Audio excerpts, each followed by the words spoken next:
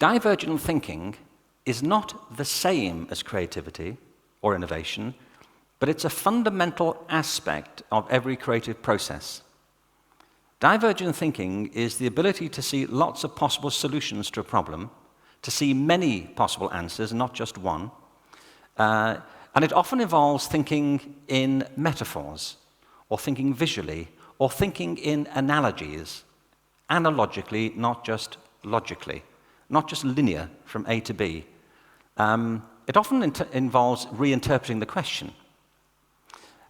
There are some standardized tests for this stuff, and I'll give you, one kind of basic example. You might be asked something like, how many uses can you think of for a paperclip? Averagely, people might think of 10 or 15, all involving paper, probably. People who are good at this might come up with 200.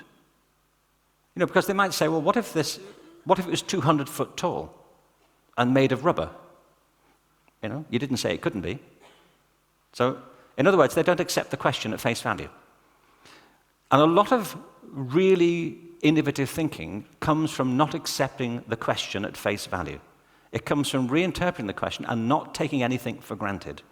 That's really the key to innovation, not taking anything for granted, not even the question. So they gave these tests to 1,500 people, and on the protocol of the test, if you scored over a certain level, you'd be considered to be a genius at divergent thinking. Okay? So my question to you is, what percentage do you think of the 1,500 people scored at genius level for divergent thinking? What do you think? Oh, you need to know one more thing about them. They were kindergarten children. All right? Ages 3 to 5. What do you think? What percentage? 100? Not great?